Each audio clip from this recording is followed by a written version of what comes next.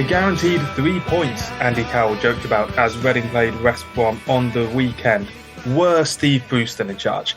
Alas, with their disliked manager gone and the Royals not on song, the Baggies boinged away from Berkshire with those 3 points, the very same. Welcome to the Tilehurst End Podcast, episode 312, the podcast by Reading fans for Reading fans. I'm your host, Marc Mayo, with you again this week to discuss, sadly, a Reading defeat to keep us, well, still in the playoffs, actually. So it's not all doom and gloom, but we'll have plenty to talk about at the West Brom game. And to do that with me is the view from the Dolan end, Ben Thomas. How's it going, mate? Yeah, all right, thanks, Marc. I haven't been on for a little while, have I? And it just made sense that I would come on and talk about a loss. So maybe we should just announce it after the result and then go from there. But yeah, happy to be on regardless. Hey, I always ask. You're always one of the first in line. Maybe not the first in line, but we all have our favourites, don't we? So it's great to have you with us tonight. And we'll be getting into that West Brom game in just a bit. Got a lot of mailbag questions from you guys as well. Newsbites will be filling you in on what's going on with the other Reading teams, and of course looking ahead to the Swansea away game on Tuesday night for Reading. Let's get into the recap in just a second. As always, a thanks to our sponsors, ZCZ Films, and our Patreon subscribers for putting their hand into their pockets for our virtual tip jar, the little Tilehurst End reserve fund for when we libel all of these good folk involved with opposition teams. So let's get into the recap then and discuss Reading 0, West Brom 2. Come rain or shine, it's time to relive the latest match action with the recap. This podcast is sponsored by ZCZ Films, Reading's oldest ultras. So it was 2-0 then at the Select Car Leasing Stadium on the weekend. The game which Reading, I remember speaking about this on the podcast last week, Ben. I'm sorry that you weren't on it, but we hadn't won beforehand anyway, so it wasn't like you missed much. But this was a game we really thought that Reading getting into. We knew that Steve Bruce was going to go. In reality, it was a sad reality for Reading, a sad reality for Andy Carroll, who joked about it before the game, hoping that Steve Bruce would still be in charge. But West Brom had an awful record going into the first 15 minutes of games. Seemed like a good chance, even with a caretaker manager, for Reading to get into the game, get early, get at them and see what they could do. But just didn't really happen, did it? Nothing really clicked into place. And ultimately, 25 minutes in, West Brom take the lead. And from there, Reading have their backs against the wall against a team that, because of how bad it's been, as soon as they get that first goal, the record flips, doesn't it? Yeah, I think, the worst thing that could have happened this week for us is that they got rid of Bruce so early in the week, because it gave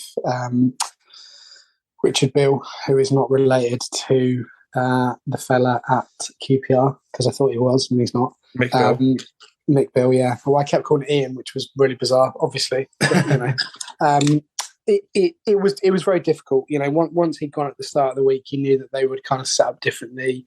They would chop and change, losing side, because they had nothing to lose, really, with the form that they had. Not one away for the whole season. We had, I think, going into yesterday, one of the best, if not the best, home form in the league.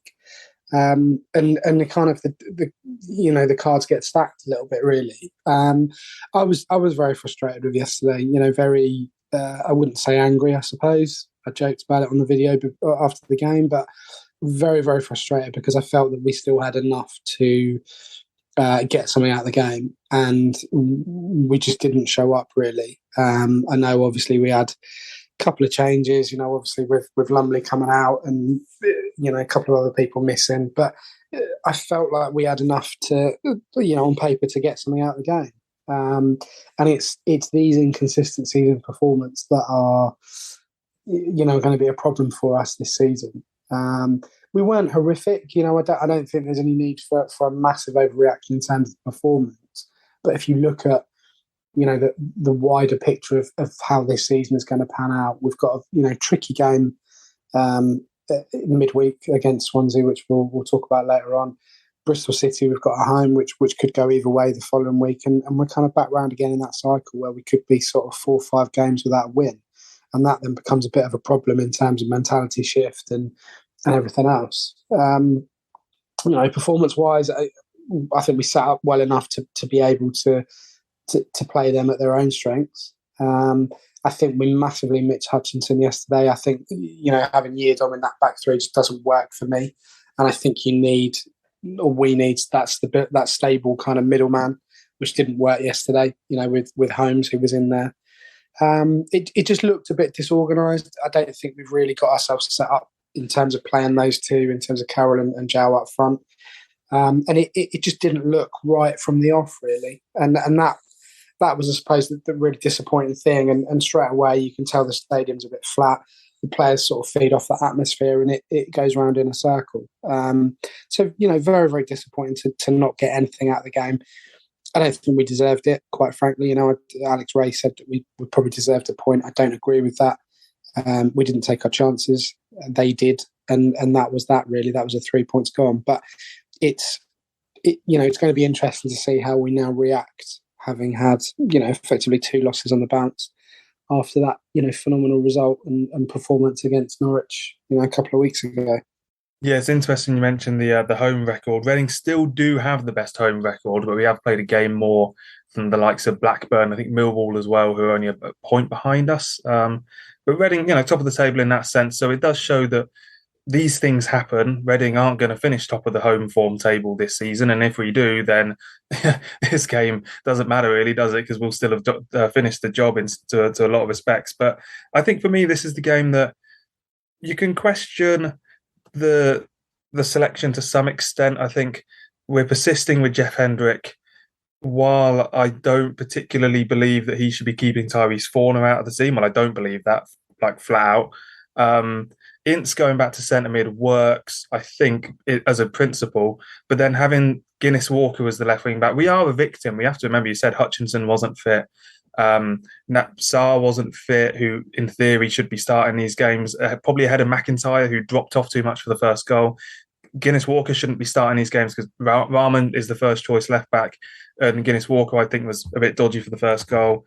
Buzanis came in, and I'm not really going to blame him for either goal, really. The second one, I mean, it probably only really happens at 1-0 down that you let these sort of breakaway goals happen, but it was a big error from Hendrick at the end of the day, even if it was a good finish. So in terms of the defending, you're right. I think it is the lack of Hutchinson and stuff. It just means that Reading haven't got, I wouldn't say that we haven't got a plan B, because we haven't really ever been able to use a plan A of all our first choice players. But when it comes to things just not being done correctly and on the right moments, there is just a little bit that Reading fall down. I think it's tactically as well as on a personnel level. Yeah, for sure. I mean, the thing that troubles me at the moment is the midfield, because if you look at the last 2 games, the defensive midfielders we've had are Loom and Hendrick in theory, really, in those roles. And you look at a QPR game, Friday last week, Loom was obviously cost us the game. There's no two ways about it, because he, if he doesn't commit that challenge, they probably don't get anything out of the game. Obviously, he does give away a penalty and they score it. And yesterday, obviously, Hendrick was guilty of losing the ball.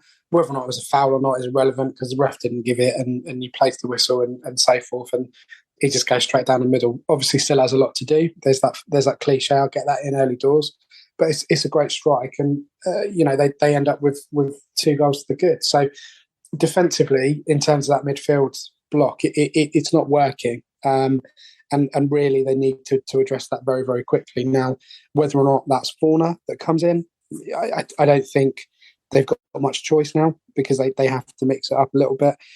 Who else they've got in that position? It's very, very difficult, really. You don't want to drop into there, because he's probably one of our more creative players. I don't think it helped that he got booked very, very early on, because a lot of his impetus and energy went, because he had to be careful to not be sent off. And really, it just didn't have the balance that we'd probably expect. We'd probably want to push Ince, or if he's not available or not playing on Tuesday, then potentially Ajara comes into that number 10 role, just to have some sort of link up, because the ball would go forward and Carroll would do his best to hold it up. Jao was kind of on the edges, but it never really stuck, and we couldn't get anything going in that final third, because they were always playing catch up in midfield. So it's something that needs to be looked at quite quickly. Defensively, I don't think there's anything they can do at the moment in terms of personnel. I think that's going to have to stay as Yiadom, Holmes and McIntyre. Obviously, you mentioned Sarr. I would agree with that, but clearly he's nowhere near being able to play at the moment. Same with Hutchinson. So it's very, very difficult, really. And the other thing I'd sort of mention really is the substitutions, because, Long clearly is able to play some part. So for me, I didn't really understand why he didn't come on yesterday. And it's the same with, and I always get his name wrong, but Mbengu, how do you say it? Probably say Mbengue is probably where I'll go with that. But he's a kind of midfielder and even a right wing back option. But yeah, I wasn't sure why Long didn't come on, because fundamentally, and Forner as well, you can do more in attack than Loom. Yeah, I mean, but at that point we're chasing the game.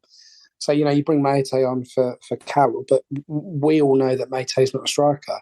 And yet the only people that seem to not know that are the coaching staff.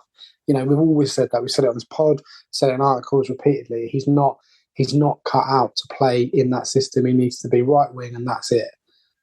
So there are elements that were very, very frustrating yesterday. Whether or not it would have been different if Ince was on the touchline, don't know. That might be doing a disservice to Alex Ray, but the whole thing just didn't look right from the off. And you're looking now to Tuesday and hoping to get something out of it. But I'd be gobsmacked if there weren't any kind of changes, certainly in midfield for Tuesday night for sure. Yeah, well, let's get into the mailbag then, because I do want to talk about Zhao and Carroll, but I know there's been questions about that. So let's hear from Alex Ray, and then we'll get into the mailbag and hear what you guys think this week. Yeah, listen, we're obviously disappointed in the manner in which we lost it. I felt we created enough chances, particularly in the second half, to try and get something out of it. I think if you're analysing the goals in which they got, I think we have to defend that better in the first half. It was a cheap goal from our point of view, too easy.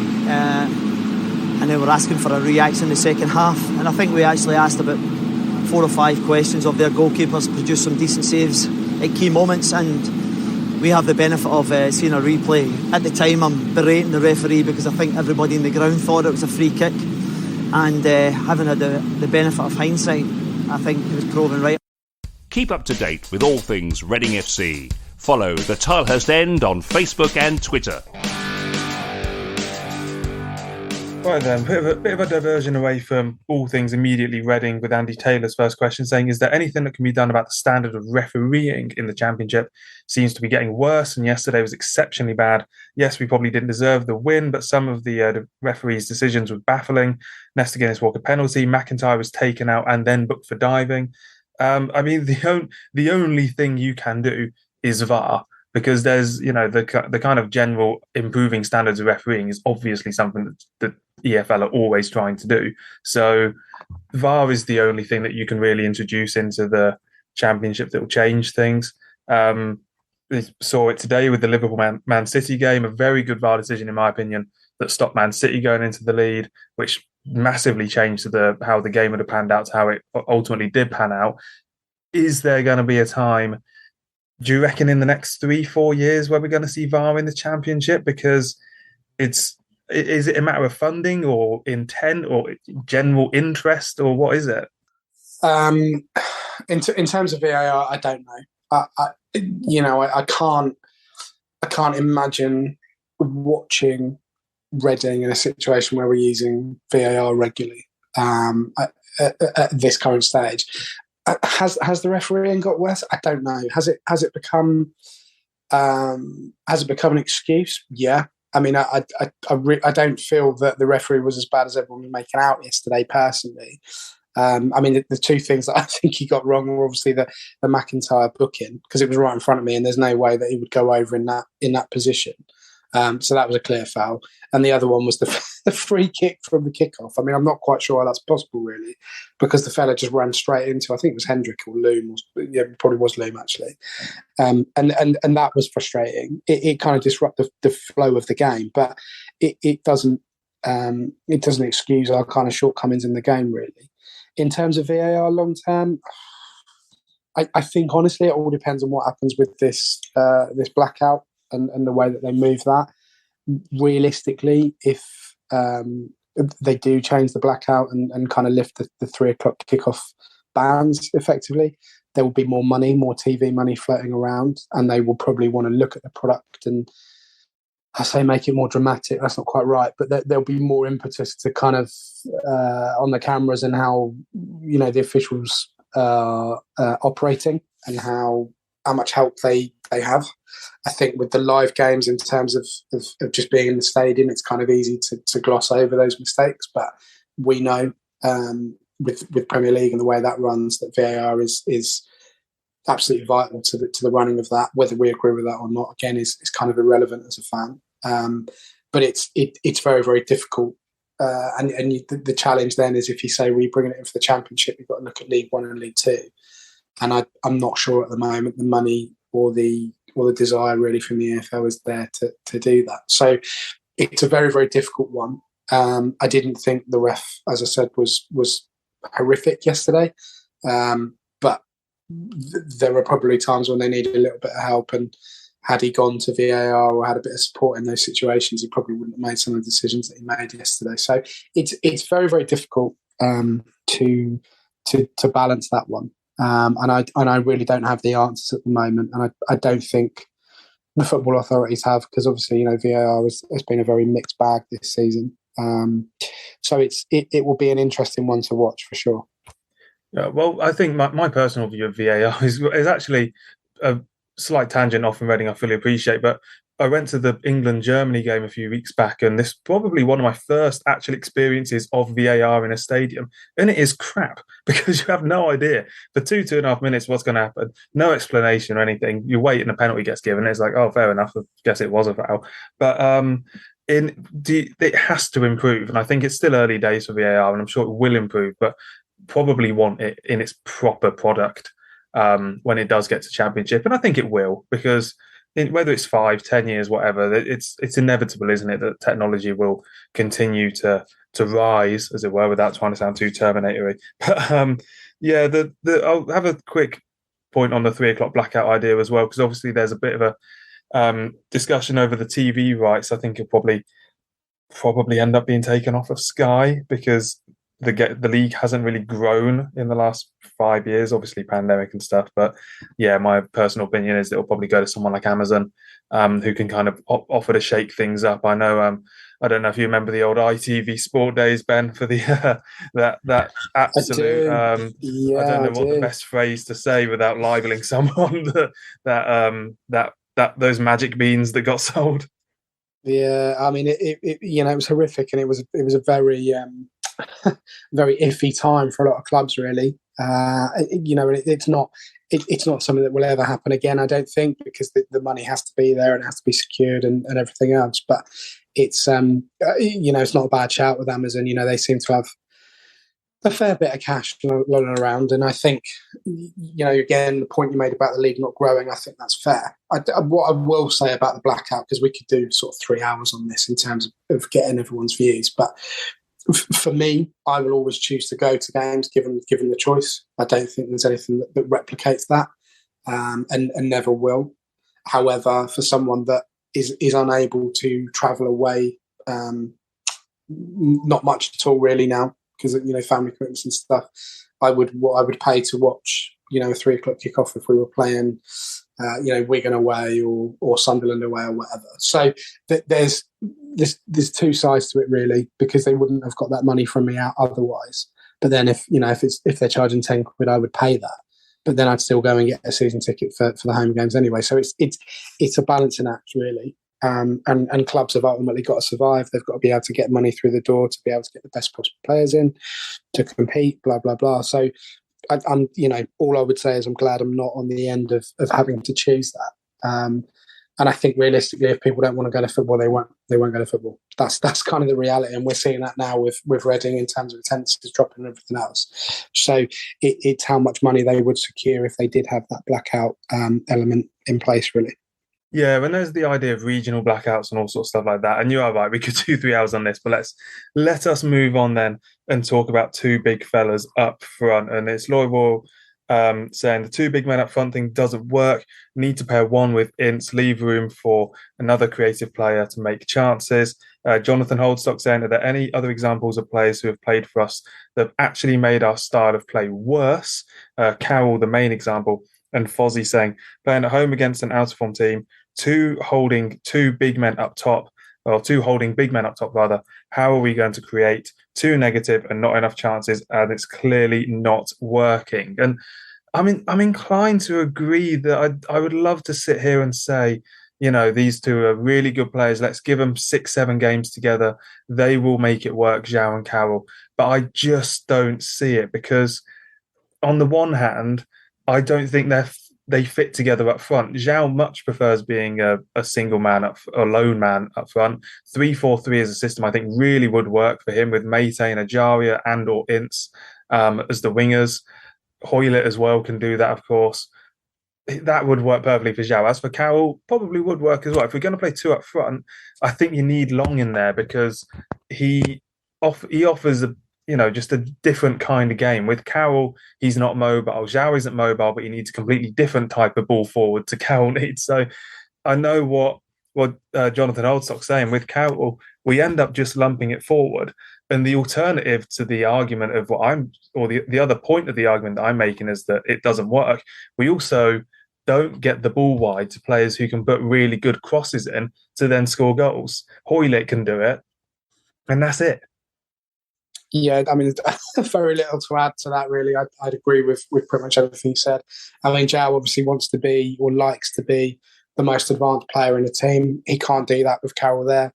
At times yesterday, it looked like João was actually dropping a lot deeper than Carroll was. Carroll likes to get the header on the ball and knock it down.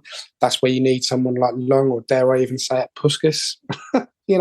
Someone in there with him, getting those knockdowns and doing the running for him. But yeah, it's not going to work long term. But again, it comes back to this lack of personnel. Now, if Long was fit enough to start the game, I feel like he probably would have started, but clearly he's not. But then it goes back to if he's on the bench, he's able to take some part in it. So I don't know why they didn't bring him on rather than swapping Mate for Carroll. Maybe bring on Long for João and see how Carroll and Long got on for the last 20 minutes or whatever. So that was kind of a bizarre, frustrating element to me. But yeah, everything I've said is spot on. We're not getting crosses in. If João's playing on his own up front and he wants the ball into feet, you then have to drop someone back into the number 10 position there, like Swift used to do, and potentially Ajaria could do once he's back playing. Ince can obviously do that too. So it changes the dynamic slightly of how we play, and I don't think we've really, we haven't. It's not a question of really, we haven't nailed how we play up front and what the strengths are in terms of getting the ball from a service point of view into the players that are playing in those striking roles. It's remarkable in a way that we're sixth in the league and we haven't thought of what our actual best 11 is yet. I don't think the manager knows that. I don't think we're even close to knowing that for a few positions. And B, whatever that best 11 may be, we certainly haven't seen it for about 2 or 3 positions at a time. There's always something wrong. So it's credit that we're sixth, I suppose, while this is happening. But yeah, I do think that 3-4-3 is the best solution. Any of Loom, Hendrick, Forner can be the partnership in the middle. Any of Ince, Ajaria, Mate, Hoylett, etc. With Yiadom as a right and Rahman probably as the left, whether you want to call that 5-2-3 or whatever, then so be it. But yeah, I really do think that is what would be my preferred formation. Again, probably comes down to personnel with making sure that Ajaria, etc. are all fit to make it work. So Brian D has messaged us in saying, is there a virus or bug sweeping through the stadium? I wondered after yesterday's performance. Waldemar Januzak saying, if Liam Moore is fit, do you let bygones be bygones and put him in the side as a centre-back? He's surely still good enough. Now, this is this as a decision from Paul Ince to make to put Liam Moore back into the team, were he to be fit, let's say January, let's just put a completely arbitrary date on it because we don't know when it's going to be and it might never happen. But if this was to happen in January and Liam Moore comes back in, kind of instead of or whatever, a new signing it may be or something. But it's an interesting point because in a 3-4-3, you can definitely imagine him slotting in around Hutchinson and Holmes and Sarr and people and really offering something. It just depends how far you want to imagine that, how much your imagination has to stretch to get to that point. Because obviously there's the performance side of it, which I can kind of understand working. But as Waldemar says, it's the bygones be bygones. It's the relationship side of it for me that really struggles to see how that can happen. Yeah, I don't think Liam Moore plays for Reading Football Club ever again, to be honest. I don't think it would be in anyone's best interest if he did. I don't see him being better than any of the players that we've currently got. And ultimately, he's had what is, essentially a career-threatening injury. So for him to come back in and play in any championship side at this stage is going to be very, very difficult for him. Now, whether or not he drops down the leagues or he stays at Reading and see out his contract, no idea. I don't know. But I just don't see him. I just don't see him playing for us again. And if you're asking me personally, would I have an issue with him playing again? No, I wouldn't. I think the whole thing about him sort of being a scapegoat has become quite ridiculous, to be honest. That's my personal belief.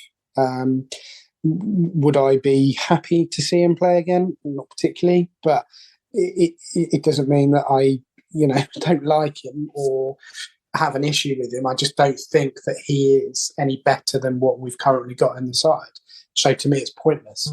It is an interesting point, but I can't see in any world that he comes and plays for Reading again. I really don't. And whether or not he ever gets back to match fitness is by all accounts, from what I'm told, up for debate at the moment, because it was an incredibly serious injury that he's had. So it's not a conspiracy theory to limit his time or to get him away from the club. He's still attending games, still watching matches. He's still in and around the training ground having sort of rehab. So it's very difficult to see a way back for him to play in this current team. I just think that I agree. I wouldn't be pleased to see him back in the 11 on a personal point of view because of what's gone on, and it sounded like it was a problem with the owner. It wasn't a problem with Veljko Paunovic from last season that he had. It was much deeper with the club that he was this ridiculous statement of being stripped of the captaincy and stuff. So it's hard to imagine that necessarily has been cured. And then, it is. You just know for an absolute fact that he'll get a terrible reception from quite a lot of fans. Maybe it'll be a minority, but it'll still be very vocal. And any kind of mistake that he would make or whatever, I just don't think it's worth it. And you are right. We've got a lot of centre backs. If we're leaving McIntyre out to be more, and there's got to be a good reason for it, hasn't there? And at the moment, that isn't there. So Sean Burgess' final question of the week then, saying thoughts on Andy Yiadom as captain. When was the last time he did a post-match interview? Nesta Guinness-Walker gave 110% yesterday, looked a real threat, but sadly made a costly mistake. Why on earth was he out for the post-match interviews, and where is the club captain? I think that I don't really listen to BBC Berkshire post-match very often, but it's pretty much always the manager. I'm pretty sure they get players to talk mix zone and stuff that comes out during the week, but I must be honest, I don't know who does that very often, etc. Looking through the club's post-match press conferences, I think it does, with the player they get, it does kind of change and everything week by week. There's seldom does a player do it twice in a particular stretch of time. And it's a good point to say that Yiadom hasn't come out and done it on the club YouTube and what have you this season. Maybe Guinness-Walker asked to come out, having struggled with his error and everything. I don't know the circumstances, but my problem with kind of questioning players for their captaincy role, Ben, is that there's so much that goes on behind the scenes that I couldn't have a Scooby-Doo as to whether a player's a good captain or not. I always remember thinking that Joby McAnuff, when he got made captain, was a weird decision because I was obviously a teenager then, but I still thought he's a winger. That's not really in the thick of things. He doesn't look like a loud vocal player. You got a bit of a stereotypical view of captains in your mind sometimes as to, big shouty players and all this sort of stuff. And Joby McAnuff was like one of the best ever captains that Reading have ever had. So I know what Sean's saying with being the front and centre, being an old style club captain, but I'm just not in a position to criticise Yiadom personally because I guess I just don't know. Yeah, I mean, the captaincy thing for me is, it's not redundant in the modern era, but you look at clubs and you think that the successful teams have leaders all over the pitch. And that, again, that's not supposed to be a cliche. But, you look at where we are now compared to last year, and we've got more players setting a better example on the pitch than we had this time last year. So does that then make them captain material based on their ability or what? How does it work? Tom Holmes came out against QPR, said what he said, and he got absolutely slated by not just our fans, but everybody else. So you think, well, are post-match interviews these days relevant? Is it sensible to do it straight after the game when you're likely to say something that's going to get picked up and, overexpanded and exaggerated? Why not wait until the Monday or the Tuesday or whatever and then do it? Like, does it need to be straight after the game? So that would be the first thing I'd say. And the second thing would be really, like, you want players that are in and around the kind of leadership group. So, you look at our current team, you think, well, all right, Lumley's had, one bad game against Rotherham, but other than that, he's been pretty vocal on the pitch. Like, he organises people. Same with Sam Hutchinson. Tom Holmes, when he stepped into that void, has done quite well in terms of setting the example. Ince obviously would never be able to be made captain because that would just be weird. But he sets example by the amount of energy that he expends, the quality that he brings to the team. Same with Andy Carroll. He's got experience, he's got stature. So what makes a good captain? It's very, very difficult these days. We're gone past the era of kind of the Roy Keanes and the, I'll say it's topical, but the Steve Bruce at Man United and being the Tony Adams, that doesn't get more topical than Tony Adams. All those sort of players, sort of Alan Shearer type people. We're not at that stage anymore. So if you're looking for people to come out and give sound bites after a game, maybe Yiadom isn't the one to do that, but I don't think it makes him a bad captain personally. I think he just does it in different ways. So it's very, very subjective in terms of what people look for in a captain. And I would much rather see at our club a group of players that, have the ability to lead by example on the pitch. Because that's again, another cliche for you, Mark. That's 3 in a row. But, that's where you do your talking, right? You do what you need to do on the pitch. I couldn't care less what they say, to be honest, in press conferences and all the rest of it. I'd rather not listen to it. I'd rather see them go out on a Saturday or Tuesday or whatever and give their absolute best and win the game, personally. Well, with my journalist hat on, I must say that I do think that post-match press conferences are an integral part of football, and I think we should have more of them.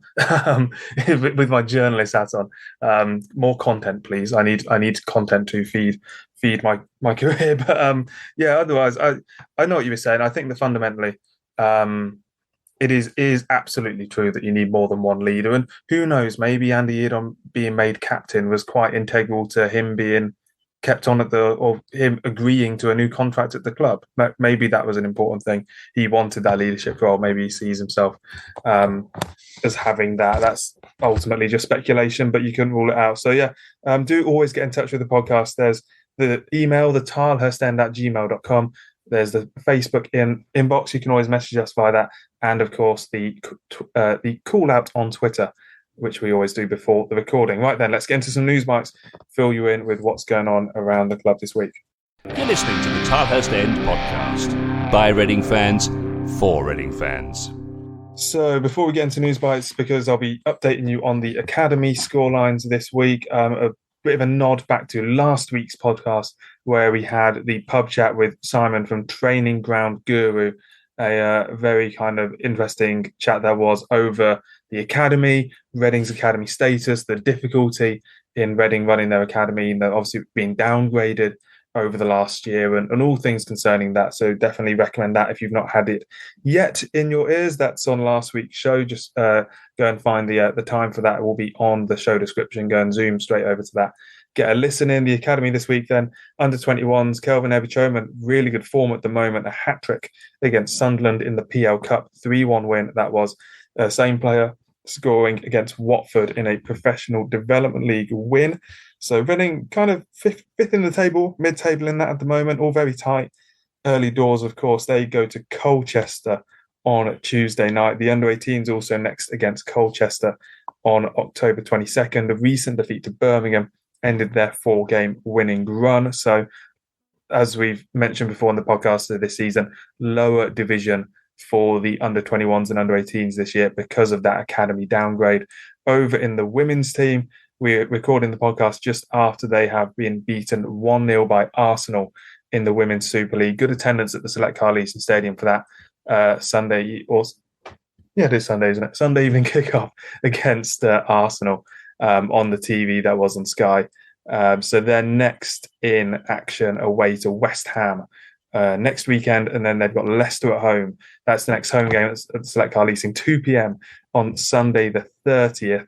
Two teams at the moment haven't got a single point, only 2 goals between them in the WSL. Only one can go down, though. Probably going to be one of Reading or Leicester this year, maybe Brighton or Liverpool. It's going to be one of those years for Reading. It's a lot of well-funded teams in the WSL at the moment, and Reading, the only team who have a men's team in the Championship. You've got a lot of Premier League teams otherwise, so it will be a big battle for them. Right, I think we are ready to go into the big match preview. We'll be doing that now to talk about Swansea away and Bristol City at home. Be loud and be proud and back the boys and make some noise. Come on, you Rs! Shout out to this week's podcast sponsor, ZCZ Films, showing that age is no barrier to being a hula hoop. Welcome back to the Tilehurst End Podcast. This is time for big match preview and a chance to talk about Reading's upcoming games. This week we are in action on Tuesday night away at Swansea, a 7:45 p.m. kickoff. And Ben, I'm sure you remember the rowboat scenes of last year, the 4-4 scenes. It really was a couple of cracking games last year against Swansea. However, we have only one win in 18 meetings. That obviously did come last year down in South Wales. So very tough game on the cards. Yeah, look, I mean, it's a funny old league this season, based on the fact that Burnley are top and they've won 6 games this year. So, literally anything could happen. Swansea are kind of in a similar boat to us. That they've sort of 1 point off where we are, conceded 20 goals, same as us. So, they've been prone to having a few shockers, as per yesterday when they lost 4-0. I'd probably say they're danger man in terms of Pirro. He's obviously suspended because he was sent off yesterday, so that's probably not a bad thing for us. I mean, it's going to be an interesting one. I don't think there's much between the two sides, really. It depends how we set up in terms of any changes that come in. If we can get a reaction from yesterday.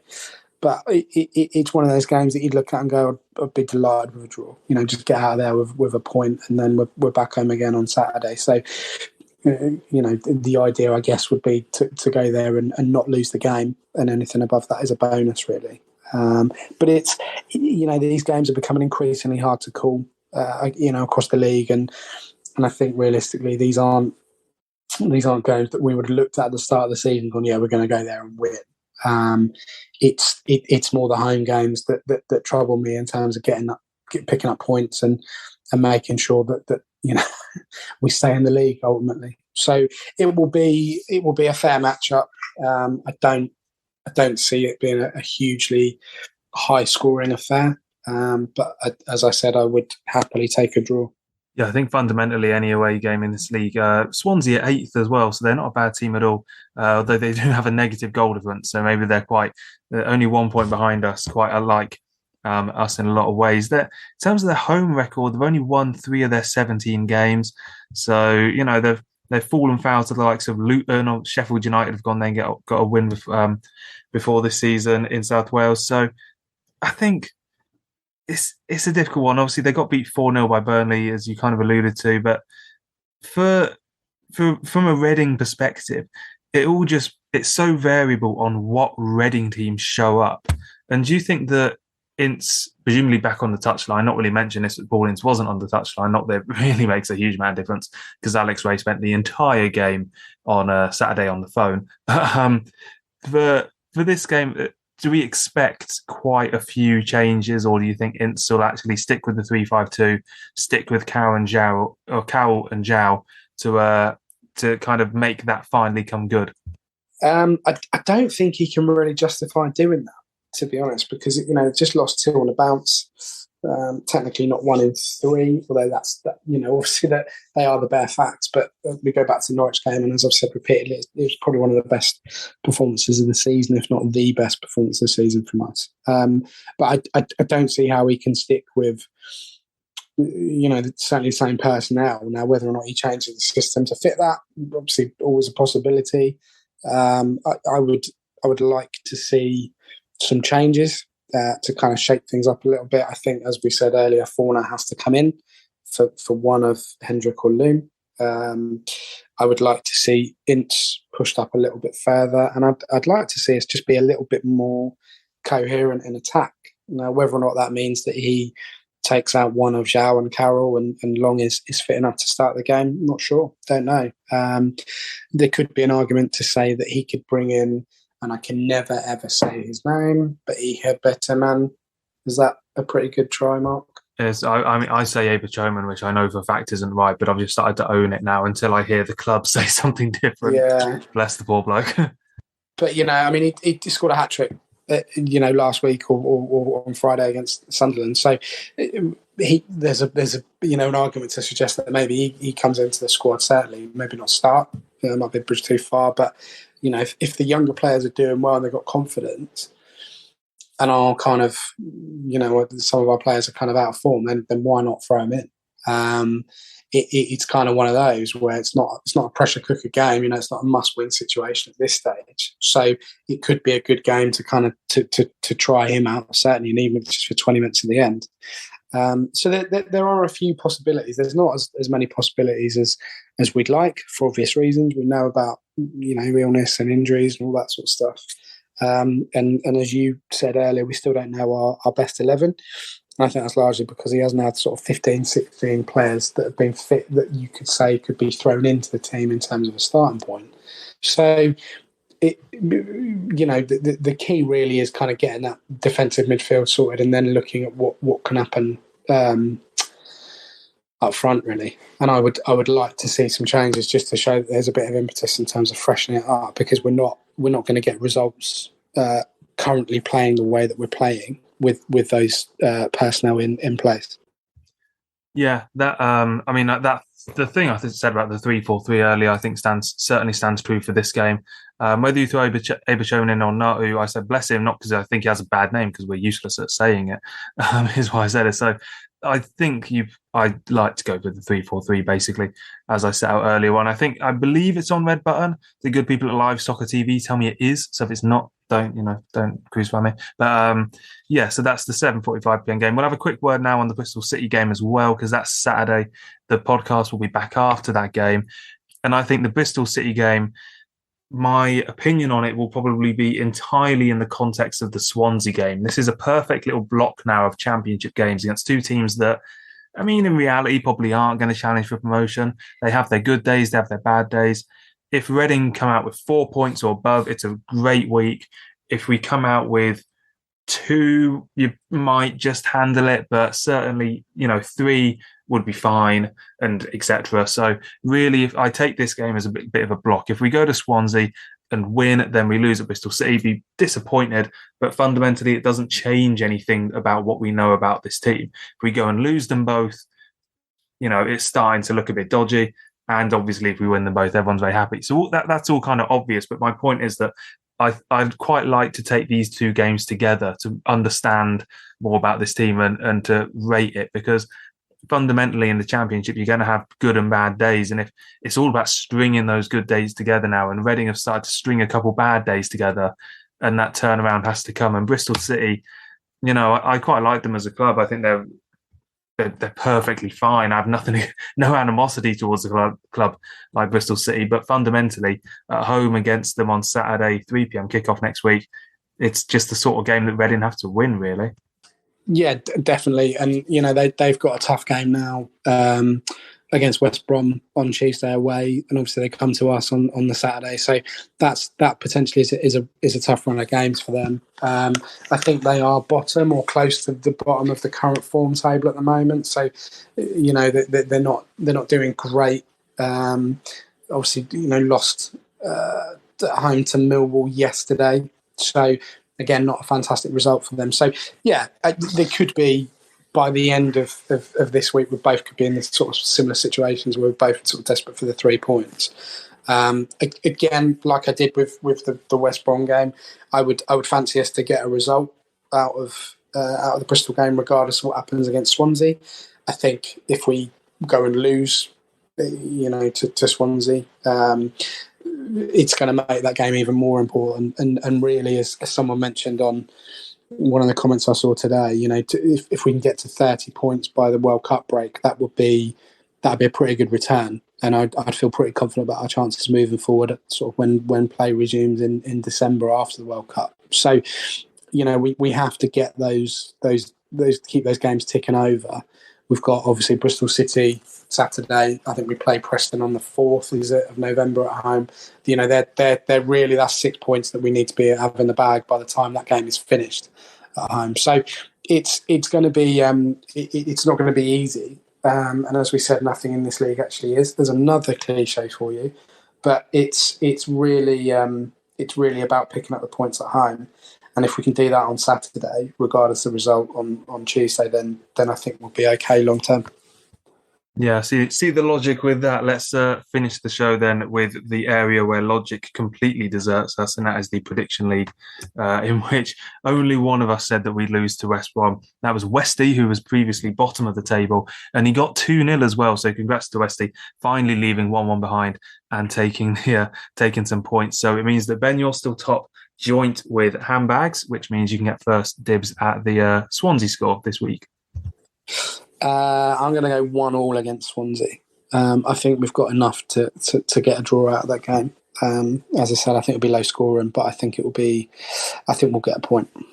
Yeah, it's absolutely nightmare, this sort of prediction, isn't it? Because you can genuinely convince yourself of any score pretty much would make sense. I'm going to go for a 2-0 defeat. I'll be pessimistic and see if I can be rewarded.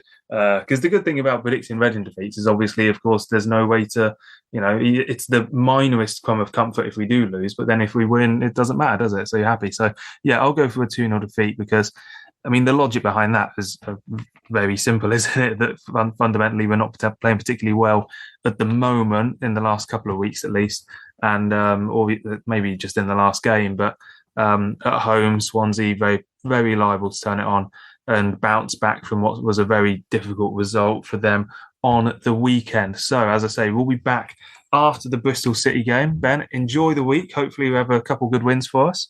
No problem. Yeah, thanks, Mark. And take care, everybody. If you're going up to Swansea, enjoy it. Lovely stadium up there. Lovely part of the world as well. So, yeah, have a good one, everyone.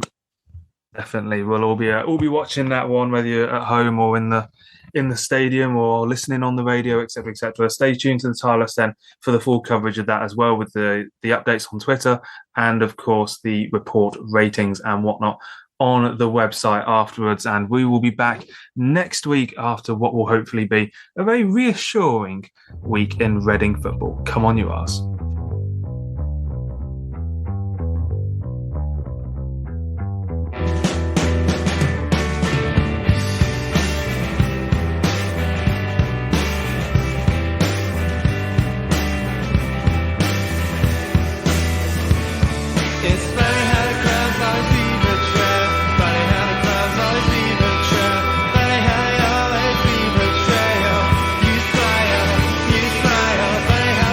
I was